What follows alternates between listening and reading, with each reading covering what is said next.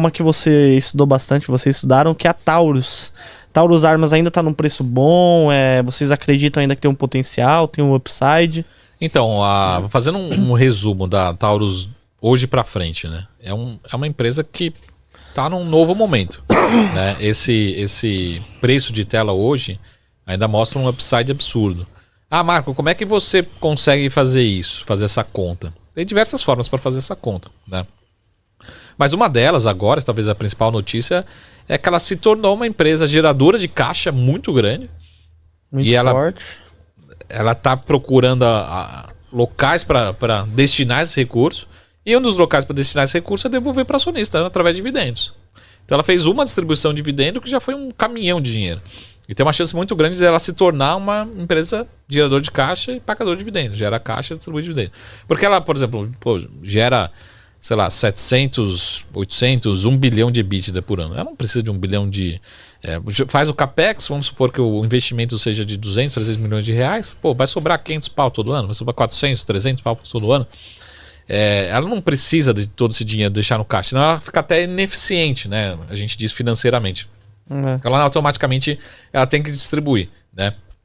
É um mercado, assim, para quem olha para a crítica para Taurus nesse momento, né? É um mercado que cresceu muito, e a Taurus soube surfar isso também. Cresceu muito durante a pandemia, 2020, 2021, cresceu absurdamente, por vários motivos, né? E ela soube surfar isso. Então, quando cresce muito, as empresas, a Taurus, os concorrentes, ficaram com uma carteira de pedidos de 10 meses para frente, 15 meses para frente. Só que hoje o mercado continua crescendo, mas num ritmo menor. Não dá para o mercado de armas crescer 50% todo ano. Enfim, não dá para crescer muito rápido. Então agora continua crescendo, mas num ritmo menor. Então agora ela tem uma carteira de pedidos muito boa, mas menor, né? Então os críticos de Taurus olham muito para esse número. Mas é um mercado que está... Mas ele está num novo ritmo de crescimento. Mas também a empresa é a maior empresa do mundo hoje, né, de armas leves. Nossa, a maior empresa do mundo. Em vendas. Em termos de vendas. Então, ela está provavelmente, diferentemente do que foi no passado, na minha opinião, no passado é uma empresa de crescimento, né? Ela torna-se uma empresa com crescimento bom, saudável, mas não no mesmo ritmo do passado, e também torna-se uma empresa de dividendo. Pagamento de dividendos. Né? Então ela muda um pouco o case e, na nossa opinião, ainda continua extremamente descontado o ativo. Né? O que a gente precisa entender, de novo, acho que talvez o momento do papel. Até a própria Taurus já divulgou isso, né? Pessoal, não tem nada a ver com eleições, não tem nada a ver com política. Mas Marco, quando chegar as eleições, alguém vai ligar pro Tuba, alguém vai ligar pro Alex, vai falar, não, mas o papel tá subindo, tá caindo. Então, necessariamente, a Taurus cresceu nesse mercado, nesse governo, cresceu. Mas é um pedaço pequeno da receita deles. Onde cresceu, onde bombou foi Estados Unidos, né? Cresceu aqui no Brasil, cresceu. Mas o mercado representa mais ou menos umas 20% da receita deles, né? Imagina o seguinte, eu até falo pro pessoal, vamos fazer essa conta junto. Pessoal, se cresceu 20%, se cresceu 10% num ano, que é muito, isso vai impactar talvez 2% da receita toda, né? Não é tanto assim, né? O grande crescimento acaba vindo, o crescimento veio de fora. Então, a minha preocupação é essa, o mercado começar a associar com eleições, esse candidato X vai ganhar, esse YZ vai ganhar, não vai aprovar, vai desaprovar, vai restringir arma no Brasil. O mercado pode vender Taurus, que não tem nada a ver com Taurus, né? Então, assim, não tem nada a ver, não. Vamos fazer a conta inversa. Mercado de 20% de receita deles. Imagina que em 2023 esse mercado caia 10%. A empresa vai perder 2% de receita. Ou seja, vai decrescer 2% de receita globalmente, né? Não é motivo para você sair vendendo se o Brasil tiver alguma mudança na legislação de armas aqui no Brasil, num possível novo governo, né? Então, a minha preocupação é muito mais o comportamento do papel do que se a empresa está fazendo trabalho de casa, está gerando caixa, a empresa está muito bem. Mas, Alex, eu acho que uma grande discussão também, falando da relação de política, acho que quando a gente conversa bastante com investidores, eles perguntam assim, mas se o Lula, enfim, outro presidente, a não ser o Bolsonaro, assumir o poder, o presidente ele pode proibir a venda de armas aqui no Brasil? Que essa era a principal discussão, né? Inclusive, a gente até perguntou para o Salésio, o CEO da companhia, o CFO, o Sérgio, eles falaram assim, Alex, isso não tem como acontecer. Para acontecer, precisa fazer um plebiscito, né? Lembrando-se que lá atrás fez um plebiscito, né, em relação à venda de armas aqui no Brasil, que foi aprovado, inclusive, e por isso que o cidadão de bem tem acesso, claro que tem toda essa né, esse rito que precisa ser seguido, né? Todo esse processo que era difícil, mas hoje ainda é difícil, mas é um pouco mais fácil hoje, né? Mas o que eu quero dizer é o seguinte, o que pode acontecer em relação a outro presidente, caso seja eleito, é restrição de calibre. Então isso pode acontecer. Talvez esse calibre aqui, por exemplo, o .40, um outro calibre que era de uso de forças aí, por exemplo, policial, exército, que pode ter liberado aqui para algum tipo de civil hoje, talvez seja restringido. Mas isso, quando a gente fala de Taurus, por exemplo, mas o 762, né, o 556, quando a gente fala de 556, a gente está falando de fuzil, né, de armas longas, que é no caso ali do fuzil T4 da Taurus. A gente está falando ali quando a gente pega aqui no bottom line, ou seja, no final da linha ali para Taurus, para o civil, quando a gente fala no mercado doméstico, é zero. Né? A gente não vê civil com fuzil, né, no caso. Né? A gente tem aqueles casos ali de fazendeiros, aquela coisa ali que tem discutido em relação a isso, mas é um lado muito pequeno. Então a gente tem falado mais em relação a armas leves, como o Marco falou, que é a referência da Taurus, né, pistolas e revólveres, que aqui no Brasil, como o Marco falou, é muito pouco representativo. E só para terminar, em relação ao próprio mercado da Taurus aqui no Brasil, inclusive outra discussão também falando em relação ao próprio mercado brasileiro. O pessoal pergunta, mas se o mercado brasileiro, vamos supor que acaba a demanda com relação do novo presidente.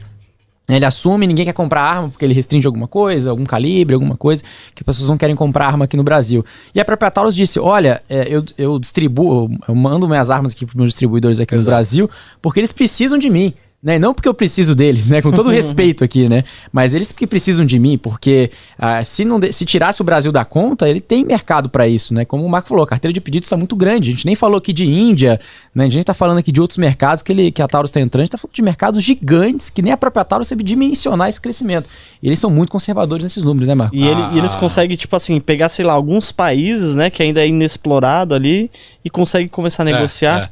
É muito grande, né? Cada mercado tem a sua legislação local.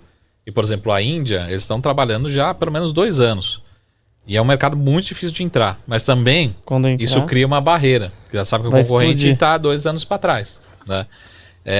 Mas o que o Alex falou é o seguinte: vai ter eleições, na minha opinião. Pode ter volatilidade no papel. E o mercado não entende. Mas o que o Alex falou é o seguinte: se tiver alguma restrição, beleza.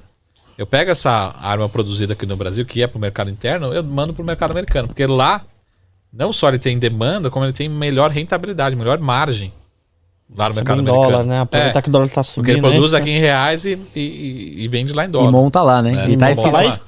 E tá escrito carimbado lá. Eu sei. Então, essa é a minha leitura. Agora, é um case polêmico, porque a gente teve também em 2020 e 2021 ganhando toda a força desse assunto ESG, né? E sempre tem a discussão em relação a esse tema. A gente, infelizmente, principalmente aqui no Brasil, tem muito fundo que não compra, né?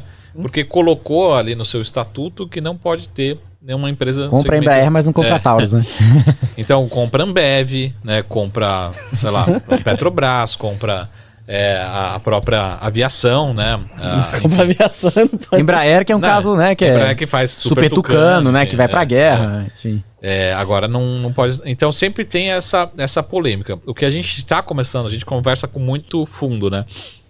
O que a gente está começando a ver é que tem muita gente analisando Taurus nesse momento. Então eu não estou falando...